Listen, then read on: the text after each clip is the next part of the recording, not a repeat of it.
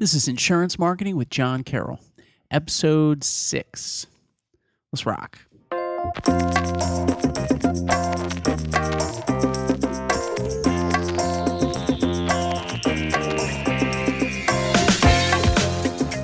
Welcome to Insurance Marketing with John Carroll, your resource for marketing ideas, sales tips, and business strategies that help agents like you survive and thrive. And now your host, John Carroll. Hello and welcome to episode number 6 of Insurance Marketing with John Carroll. I am John Carroll. I'm the CEO and founder of InsuranceSplash.com, and this is the podcast all about trying to help insurance agents like yourself do better with sales and marketing. Today's topic is about something that is important, I would expect, to just about any insurance agent. It is tips for young or inexperienced insurance agents. Now, I hope that if you've been selling insurance for 30 years, you don't hear that and think, well, this isn't for me, because the truth is at just about any stage in the sales process, you can always learn something. But more importantly, as an insurance agent with employees, you're always going to be in that situation where you're trying to train young or inexperienced insurance agents. And I have a personal belief, and this is based off my experience, that I think a lot of agents, when they're looking to hire somebody, they make a major mistake, which is trying to find somebody that already has insurance experience. I certainly understand the deal, because you want somebody who's licensed that can, from the very start, from the very get-go, they can start selling insurance. But I think your agents miss out on a lot of opportunities, because you can find a real sales superstar if you look outside of the industry. And quite frankly, bringing them in, you can really mold them to do things exactly the way you want to. I've seen a lot of sales folks that come from other carriers that everything you try to get them to do, it's kind of like, well, we didn't do that over here. That's not really what we believe. And this doesn't work out because, back in my old company, like, forget that. Right? Take some guy who's used to selling tires, right? He's not going to tell you he used to do it differently. He's going to tell you, boy, this is a heck of a lot cooler than selling tires. You know what I mean? Like, it's a lot more respectable. Find that guy off the used car lot and mold him to become a great salesperson. That's where the best producers are. They're not the producers who've been working in insurance for 20 years. They're the people from outside of there. So anyways, that's my little rant about looking outside of the experienced people for hiring new people. And hopefully the content that I'm going to talk to you about, these 21 tips, are things that will help you take somebody who's new to insurance and actually turn them into a sales superstar. And if you are new to insurance, then it's even more direct, because you can take exactly what I say here and you can run with it. So here we are, 21 tips to be an inexperienced but insanely successful insurance salesperson. Tip number 1 is to dress more professionally.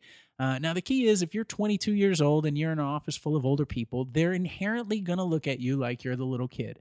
And you need to kind of do everything a little bit better than the other people so that you'll be taken seriously. So if everybody else is wearing polo shirts and khaki pants, wear a shirt and tie, okay?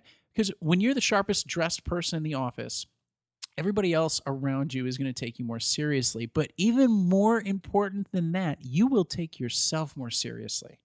And sometimes confidence comes from the outside in, okay?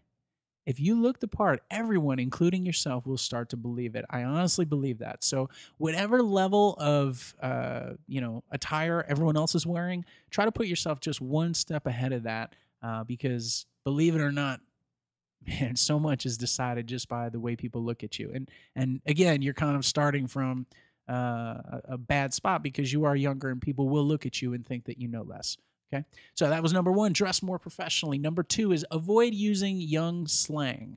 Okay, this is the words that young people say that older people kind of, feel weird about it. Now, I'm 33 years old, so I'm kind of like in this interesting stage where I'm like in the middle. I can see like the 50-year-old people and understand why they think that the young people are using weird words, but then I'm also still kind of like young enough that I get the young side of things too, and I tend to do this myself. But the key is, like, you ever been talking to somebody, you're like, yeah, right on. Yeah, I can get you your insurance, like, for sure. I gotcha. Like, some of these things are like, like I guess the favorite one is like, if you don't want to be saying like, oh, you know what, at this agency, we are all about customer service. Like all about is just kind of like a young thing to say. So, you know, while I believe that you do have to kind of be yourself, and I don't think you should apologize for that, and you don't always have to walk around like you got a stick up your butt, but just be careful because there's certain language things that are definitely like younger things that people say. And the truth is, you can kind of maybe get away with saying that to like people in their 30s because they want to feel like they're young still. But people in their 40s, 50s who might be looking at you like, oh, this person doesn't really know what they're talking about, you kind of have to like really use a professional tone so that you're overcoming for the initial challenge that you have, which is looking a little bit young and less experienced. So lesson number three is to find common ground. Okay. Now, I don't care if you're 18 years old and the person you're trying to talk to is 118. There is things that you have in common, and the key is you have to find those things. Okay. So did you grow up in the same neighborhood as that person? All right. Do you like the same sports team? Do you shop at the same grocery store? Do you both just love your family? Do you love dogs? Do you love knitting? Whatever it is. And the key is you have to find something that you share with that person, because from the get-go, if you're sitting across the table from somebody who's very different, very older, very whatever, they're going to have a barrier because they believe that you're different and you don't understand them. And so when you can focus on those commonalities, the things that you share with that other person, you're going to break down those walls, those barriers that they might be putting up because they do look at you like you're different. So number 4 is to ask your prospects about their kids, specifically prospects that you think will have kids that will be about your age. Maybe they'll have grandkids. Okay. So if I'm 22 years old and I'm talking to a 50-year-old guy and I say, oh, tell me about your kids. And he says, I got somebody in college. Okay. Now you get him start thinking about his kid in college who's maybe like going to be looking for a job in a year or two. And all of a sudden he starts to kind of look at you in the same way. And he's thinking, boy, 2 years from now, when my daughter goes out and she gets a job in the real world, I hope that older people will respect her because she's really smart and she's really bright and she works hard. And as this person's thinking these things and they're talking to you, they're actually going to ideally kind of look at you and in a way say, I'm going to treat this younger person the way that I hope other older people will treat my child in the future. And the thing is, you don't have to, you just kind of ask them about the kids. They start talking about them, find out what the kids do. And before you know it, they're just going to be falling into that mode of wanting to help you because they would want other people to help their kids. Okay. So the other thing too is that everything is relative. So if they compare you to themselves, they might think you're young and inexperienced. But if they compare you to their kid, they might be like, this kid's really got it together. I wish that my kids did because my kids are a bunch of losers. This kid is awesome. And now all of a sudden you look like a king because you're being compared to somebody who's maybe not quite as good. Now, tip number 5, if you're inexperienced, is to reference the combined experience. Okay. Remind your prospects that you're not the only one they're buying for. Okay. You can say something like, listen, I just passed my licensing exam 2 months ago. All right. But I am so lucky because this office I'm in has over 45 years of insurance experience. And anytime anything comes up that I don't know what the answer is, I just go right to my boss. And in fact, every policy I write, they actually review everything that I do. And so in some ways, the work that I do is even higher quality than everybody else because I know that it's being watched and because they're trying to teach me with everything that I do. If you think that person might be hesitant about working with you because you're inexperienced, make sure that they know that that's just not a problem for you. You have so much experience in this office and you know how to use it. Okay. So that was number 5. Number 6 is to learn from your experienced coworkers. And I kind of want to talk about like a little bit of a cultural thing here that I've seen a lot of this. And the deal is like this, like you're 22 years old, you go into this office and there's like some person there that's, we'll say 55 years old.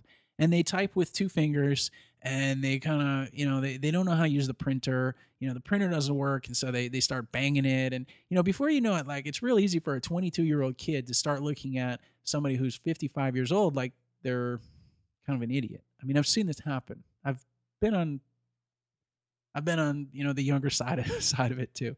But the key is, and I'm telling you this from my experience, I cannot tell you how many multi-millionaire insurance agent owners I've met who cannot type, they can't spell an email, their grammar is horrible. I mean, I've seen this over and over and over and over again.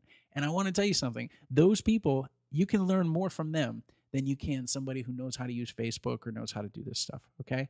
So, I mean, just keep in mind that just because, some people didn't grow up in the technology that you have, that doesn't mean that they don't have a lot to teach you. In fact, in some ways, they have more to teach you, because the more diverse the people that you're learning from are, the better off you're going to be.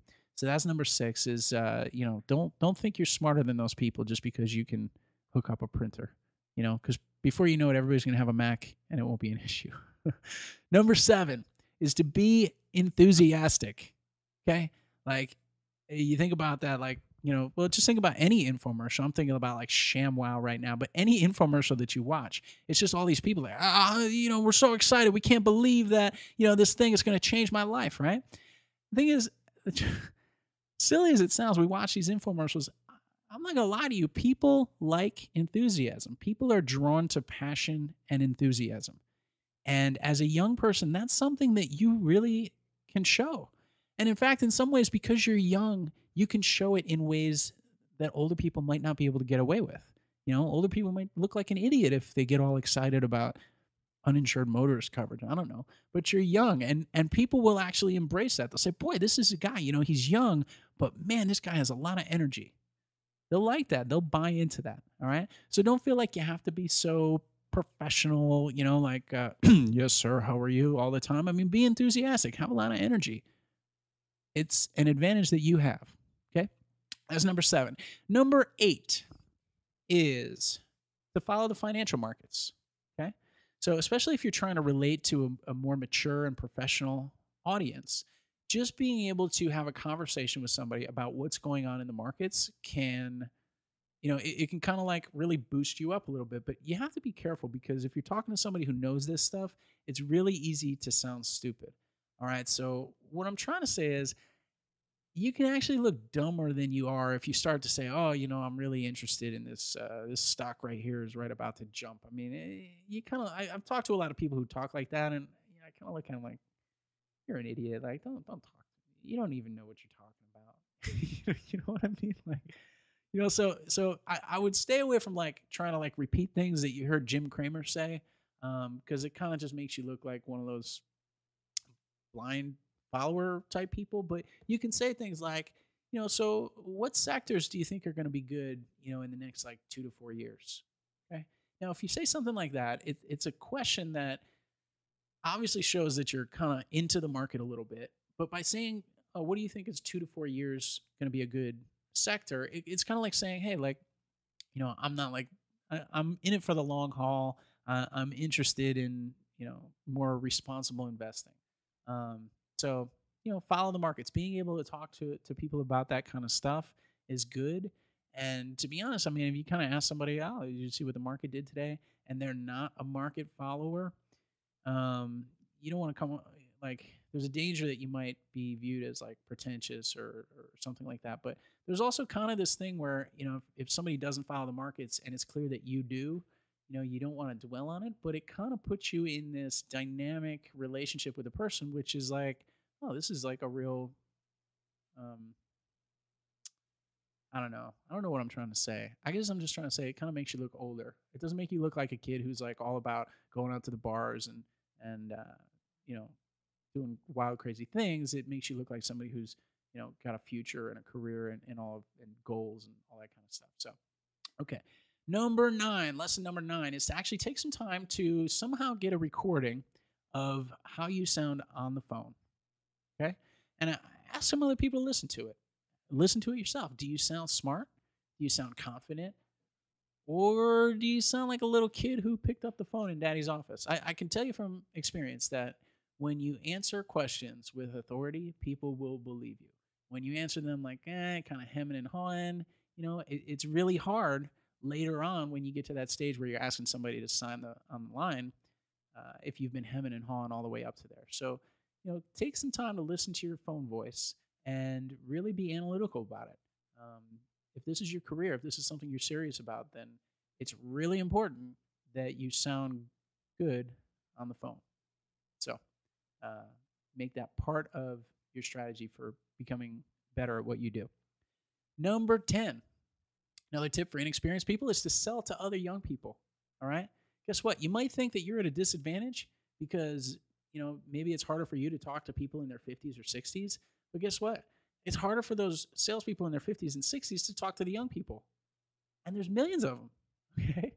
Most people who are actually searching for an insurance agent that they can have for the next 20 years of their life are not 50 years old. They're 30 years old. They're buying their first house. They're getting married. They're starting a business. They're having their first kids.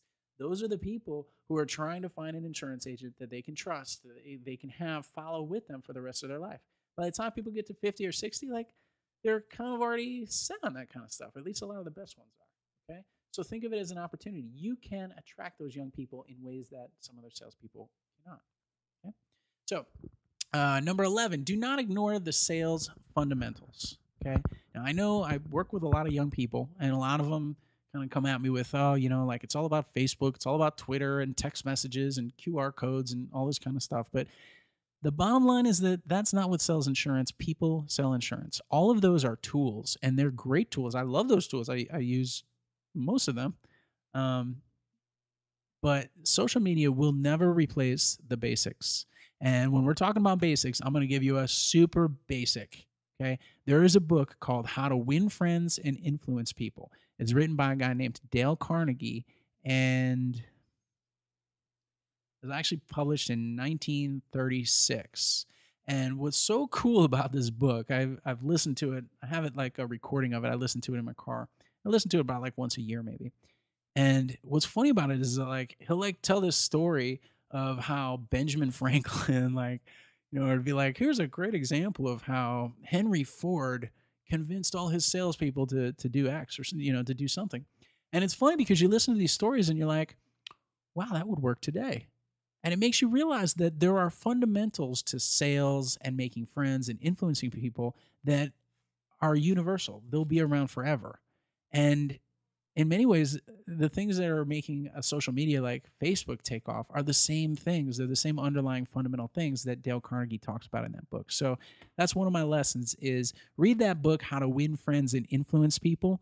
And if you're looking for a real sales guru type guy, the guy that I kind of probably got started on, I really dig him. He's from New Jersey. So he's like a Northeasterner, but his name is Jeffrey Gitomer. That's Gitomer. His website's Gitomer.com. But he's the man when it comes to here's how you can sell without being a salesman, but he's still talking about sales techniques and real world kind of stuff. He's kind of maybe another generation kind of guy of Zig Ziglar, who's also awesome. Zig Ziglar is awesome. Anyways, I guess do a search on those guys. How to Win Friends and Influence People by Dale Carnegie, Zig Ziglar, and Jeffrey Gitomer. Number 12, speak less, listen more. I have to tell myself this all the time. It's hard to do on a podcast. But, one of the things I've found that when I'm in a situation where I don't know as much as other people is that just about every time I open my mouth, I wish I hadn't. When you speak less and you listen more, not only do you look smarter, but you learn more, and you basically take away the opportunity of shooting yourself in the foot. Okay. And I've seen a lot of new people who they kind of they really want to show that they know everything because they kind of feel a little inferior that they don't know everything. So they'll go off on all these little tangents and, here's, the most intricate detail about something that the person didn't even ask about. And the truth is it kind of makes you look like, you're trying to overcompensate. Okay. So just keep in mind every sales conversation, I don't want to say it's a exact percentage, but let's just say you should be talking less than half the time. Okay. More than half the time, the other person should be talking, whether it's 60-40, 80-20, 90-10, I don't care. I don't know. But the key is you have to ask questions. You have to ask questions, get people talking, and they will tell you what you need to know to make the sale. So that was number 12. Number 13 is to bring up age first. Okay. Now, this is kind of a sales technique, is bringing up your objections before the other person has an opportunity to bring them up is a great way to overcome them so you don't look like you're overcoming them. So, right from the very get-go, you can just say, hey, listen, I am, yeah, I know I'm new at this, but let me tell you why that shouldn't worry you. I am so hungry. I am so thirsty for knowledge that I might be inexperienced, but you're still getting the most devoted person you could ever possibly get, even though I am only 16 years old. All right. Number 14 is be better prepared. Okay. This is probably true for any sales agent, but the more prepared you are, the better off you're going to be. Okay. You're at a disadvantage because you're less experienced. That means you have to work harder. You got to work longer. You got to learn more about your products. You got to have an answer for every possible question. Read books about sales, listen to sales audio tapes, go to seminars, listen to my podcast, get in front of a mirror, practice your sales scripts, practice your rebuttals, your closes, everything. Nothing will come to you. You have to prepare yourself and go get it yourself. Remember that. That's truth. Number 15, expect to live in the trenches. All right. I know that maybe, when you're 21 years old, and this is true for me. This was definitely true for me. When I was 22 years old, I had been taken care of like a little butterfly. like I thought I was the smartest, most capable person in the world. And anybody who didn't rise me right to the top in whatever career or whatever business I was in, then they were an idiot. But let me tell you something. You are going to be in the trenches. You're young. You have to learn. You don't know everything. You don't really know much of anything. And selling insurance is really hard work. Now, when you see insurance agents, maybe it's your boss, maybe it's some other insurance agent, but you see them and they're driving like the nice cars and they're playing golf and they're doing all this stuff. They did not get there overnight. This isn't, you're not Robin Thicke. This isn't the entertainment business. People get successful by selling and selling and selling and selling and selling. And the only way to be super successful in the insurance sales business, and if you want to be successful, you're going to have to do it that way, just by selling. Expect to live in the trenches. Now, rule number 16, another thing. This is kind of like a motivational thing, like a psych yourself up kind of thing before you're about to go to a big meeting. A lot of people have this tendency that they'll say, say they're going to do something new. They'll say, like, I can do this. I can do this. I think I can. I think I can. I think I can. And I'm giving you like a little bit of a twist on this. Instead, what I want you to do is say, can I do this? Now, the deal is saying, I can do this doesn't really do anything for you. But when you say, can I do this? What's going to happen is you're going to be forced to answer the question. And you're probably going to have to say yes. Because if the answer is no, then I guess don't even make the sales appointment. All right? So when you say to yourself, yes, I can do this. Okay? You're going to say, of course I can do this.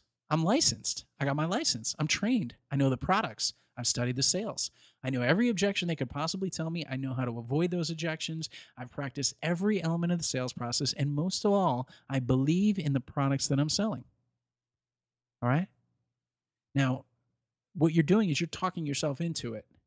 And it's just a much more successful thing. So just remember that. The next time you're kind of nervous about something, don't say, can I do this? Or excuse me, let me take that back. Don't say, I can do this. I can do this. Say to yourself, can I do this? And the answer to that question will motivate you far more than anything else will. Number 17, do not spew the features. Okay? So when you're new to selling, it's really common to focus on the product features rather than the benefits. All right. So for example, at some point you learned all the 10 features of a product, like, this insurance coverage, if you happen to, I don't know, if there's a flood and there's trash in your house, the coverage will pay for it, whatever it is. I don't care. But a lot of times young people, they're anxious to prove that they know all this kind of stuff. I talked about that a few minutes ago. There's maybe one or two features that are going to interest every client, and you're better off asking questions to find out what they really care about and explaining those features very well. Because you might actually talk about something that they don't care about. And the thing is, think about it this way. If I'm trying to buy insurance and the guy is talking to me and he says, this insurance has this special feature that does X, Y, and Z. And I'm sitting there thinking, yeah, but I don't care about X, Y, and Z. Now I'm thinking I'm actually paying for something that I don't want. And I'm thinking, well, I'm going to find somebody that doesn't have X, Y, Z because I don't even want that. Why should I pay for it? Okay. So remember, only talk about the features that the people actually care about. Number 18, Do not use jargon. Okay. Jargon is, all this stuff like coverage or, like your other structures, all these little terms. Don't use that stuff. You think you should use it because you took a class and you studied the glossary and you trained for your thing and you took your tests and you want to use the jargon. Don't use it. Nothing says I'm a bad salesperson more than using jargon.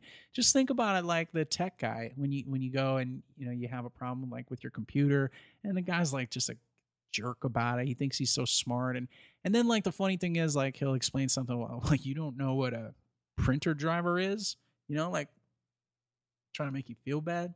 That's stupid. The truth is, if you really understand insurance, you'll be able to explain it to people without having to use any jargon. That's the difference between a really good salesperson and a bad one. So don't use the jargon. Find a way to avoid it. And the cool thing is because you're new, it should be easier for you to avoid the jargon because you still remember what it was like not to know that jargon, right? Use that to your advantage. Number 19, learn how to recognize and act on buying signals. The key is this: when somebody gives you a signal that they're about to buy, sell. Don't sell. Close the deal. All right? Shut up. When somebody's ready to buy, get them to sign the paper. All right? Don't do anything else. Don't talk yourself out of it. Don't do anything. Listen. You need to be listening and act on that buying signal. Number 20, do not sell on price. What? Did I really just say that? Don't sell on price? But John, that's all people care about when it comes to insurance, right? People call me, all they know is insurance, all they know is price. Guess what? They're only shopping on price because you haven't told them what else they should be looking at. The bottom line is that if you honestly believe that people only buy insurance on price, then you're going to be in trouble. You should quit the industry. You're in the wrong business. If the only thing is price and that's all that matters, then you really there's no need for you to be in the business. We can get a computer to just crank out all the different things. Okay. And insurance agents are never going to survive if we just turn ourselves into a bunch of price checkers. Okay. Because I can pay somebody in some foreign country that has a favorable exchange rate for $2 an hour to give somebody a price. You need to be a salesperson. And if all you care about is price, just get out. Get out. Just forget it. Now, the last tip, number 21. Last tip is embrace your youth. It is an advantage. Be crazy, be reckless, be passionate, be young. No one ever had a midlife crisis and became an insurance salesman, right? Don't be afraid to breathe some life into this business. It's not fun and exciting. You can make it that way. Smile, laugh, be fun, okay? I mean, who would you rather spend an hour talking to about insurance? Somebody who's maybe less experienced, but you can joke with, you can have a good time with, they laugh, they're funny, or somebody who's really serious, like Ben Bernanke. Like he probably knows a good amount about insurance, but I wouldn't really want to have a conversation with him. So anyways, that was 21 ideas for how you can become a better salesperson, even if you're young and inexperienced. I think it's going to help young and inexperienced people, but I think it might even be more helpful for people that are training young and experienced people. So I hope that both of those groups and anybody else can find some value out of this information. Before I break out of here, I want to just mention a couple things. Number one is that you can access the notes about this podcast where I'll have links to the different things that I was talking about. You'll also be able to get another version of this podcast with breakouts of the 21 different factors that I talked about. You can get all that by going to insurancesplash.com/6.